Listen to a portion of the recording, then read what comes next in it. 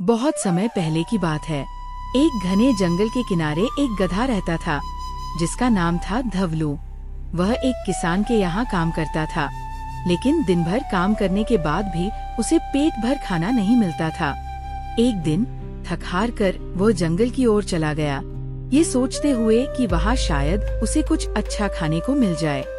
जंगल में उसकी मुलाकात एक लोमड़ी से हुई जिसका नाम था कुटिलिका।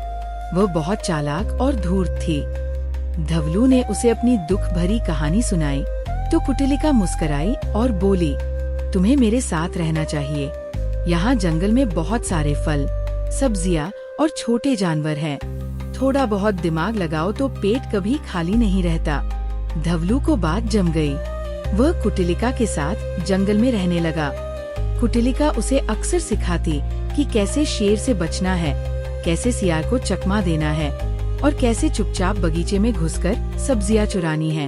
एक दिन कुटिलिका ने एक बड़ा सा बाग देखा जिसमें खीरे और तरबूज लगे थे। वह बोली, धवलू, आज हम दोनों वहाँ जाकर दावत उड़ाएंगे, लेकिन ध्यान रखना, शोर मत करना। धवलू और कुटिलिका रात के अंधेरे में बगीचे में घुस गए। दोनों ने भरपेट खीरे खाए, मगर धवलू बहुत खुश हो गया और जोर जोर से रेंकने लगा। कुटिलिका ने उसे रोका, चुप रहो, वरना माली आ जाएगा। लेकिन धवलू नहीं माना। उसने कहा, इतना स्वादिष्ट खाना खाकर कोई कैसे चुप रह सकता है?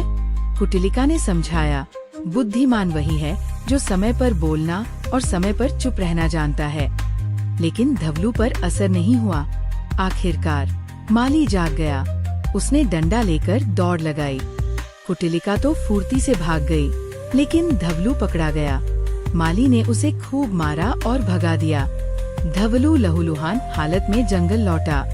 कुटिलिका ने सिर हिलाया और कहा, धवलू, ये जंगल की पहली सीख है, बिना बुद्धि के आनंद भी संकट बन जाता है। उस दिन के बाद धवलू ने कभी बिना सोचे कोई काम नहीं किया। सीख, समय और स्थान की समझ हो तो संकट टल सकता है। मूर्खता में किया गया आनंद भी दुख दे सकता है।